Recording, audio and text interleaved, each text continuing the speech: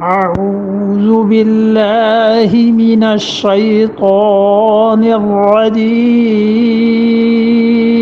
بسم الله الرحمن الرحيم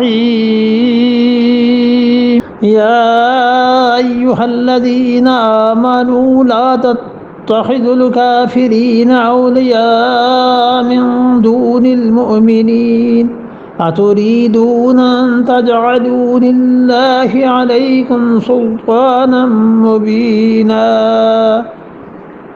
یا ایھا الذین آمنوا، اے وہ لوگو جو ایمان لائے ہو، لا تتخذوا الکافرین، مت بنانا کافروں کو اولیاء اپنا دوست، من دون المومنین، ایمان والوں کو چھوڑ کر کافروں کو اپنا دوست مت بنانا، کافروں کی رفاقت میں مت جانا۔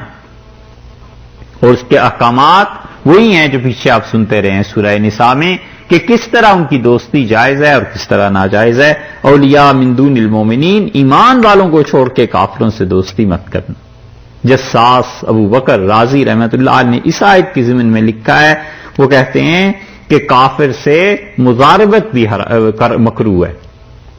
مضاربت کرنا یعنی کافر کے ساتھ بزنس کرنا کہ تم اپنے پیسے انویسٹ کرو اور ہم بھی کرتے ہیں اور پھر اس پہ نفع اور نقصان چیزوں کو کر لیں گے، وہ کہتے ہیں حنفی فقہا کے ہاں وہ بھی مکروہ ہے، اس لیے کہ اس سے کافر سے تعلق اور دوستی بڑھتی ہے، تو کہیں ایسے نہ ہو کہ اپنے دین میں فرق آ جائے، اس کی بجائے کسی مسلمان کی چوائس کرے اور مسلمانوں کے ساتھ بزنس کرے تاکہ مسلمانوں کو مسلمانوں سے نفع پہنچے۔ یہ جساس رازی رحمۃ اللہ علیہ بہت بڑے فقیہ ہیں اور یہ شاگرد تھے ابو الحسن کرخی رحمۃ اللہ علیہ کے، اور کرخی شاگرد ہیں براہ راست امام ابو حنیفہ رحمۃ اللہ علیہ کے، اس لیے یہ صاحب مذہب ہیں۔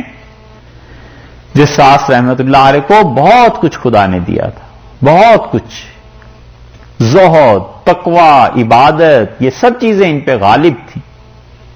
ہم خالصتاً فقہی مزاج اور فقہی باتیں کرنے کے باوجود یہ سمجھتے ہیں کہ جساس رحمۃ اللہ علیہ صاحب کرامت اولیاء اللہ میں سے تھے۔ ان کے استاد ابو الحسن کرخی رحمۃ اللہ علیہ کا بھی یہی حال تھا، صاحب کرامت اولیاء اللہ میں سے تھے، اور یہ سب حنفی فقہ میں ستون تھے، اپنے اپنے زمانے کے پلرز تھے۔ حنفیوں کے ہاں جتنی بڑی شخصیات پیدا ہوئی ہیں، اتنی بڑی شخصیات دیگر جگہوں پہ پیدا نہیں ہوئی، اور حنفیوں نے جتنی کتابیں لکھی ہیں اتنی کتابیں بھی کوئی نہیں لکھ سکا۔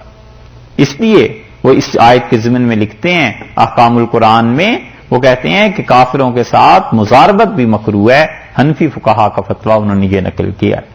اس لیے ارشاد فرمایا ہے یا ایھا الذین آمنوا لا تتخذوا الکافرین اولیاء من دون المؤمنین، ایمان والو کافروں کو اپنا دوست نہ بنانا ایمان والوں کو چھوڑ کے۔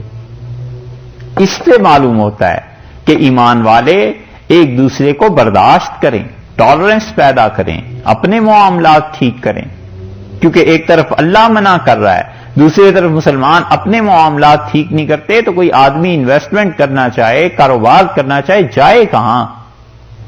تو جب مسلمان اپنے آپ کو ٹھیک کریں گے پھر اللہ کے دین کے لیے ایک اور راہ کھل جائے گی، ایک اور راستہ کھل جائے گا۔ ایک مسلمان اچھا بزنس کرتا ہے، 10 آدمیوں کو اپرچونٹی ملتی ہے کہ اچھا وہ اچھا بزنس کر رہا ہے، ہم بھی اس کے ساتھ انویسٹمنٹ کر لیتے، ہم بھی اس آدمی کی ہیلپ کرنا چاہتے ہیں۔ یہ چیز ہے۔ اتریدون، کیا تم یہ چاہتے ہو؟ کیا کر کے؟ یعنی کافروں سے دوستی کر کے۔ اتریدون، کیا تم یہ چاہتے ہو کہ ان تجعلوا للہ، اپنے اوپر اللہ تعالی کی طرف سے لے لو سلطان مبینہ، واضح الزام، صریح الزام اللہ سے لے لو۔ کیا تم یہ چاہتے ہو کہ اللہ تعالی کو اس بات کا جواز، اس بات کے لیے کوئی آرگومنٹ، کوئی چیز، کوئی دلیل پرووائڈ کرو کہ خدا تمہیں عذاب دے؟ پتا چلا کہ اللہ بغیر دلیل کے عذاب نہیں دیا کرتا، ٹھیک ہے؟ اس سے پتا چلتا ہے کہ اللہ تعالی بغیر دلیل کے کسی کو پکڑتا نہیں ہے، کوئی نہ کوئی حجت اور دلیل ہوتی ہے تو ہی پکڑا جاتا ہے۔ اسی لیے دوسری جگہ پہ آیا ہے کہ وما کننا معذبین، اور ہم کسی بستی کو عذاب نہیں دیتے، کافروں کو بھی، حتی نبعث رسولا، یہاں تک کہ رسول کا پیغام جب تک نہ پہنچے ہم عذاب نہیں دیتے۔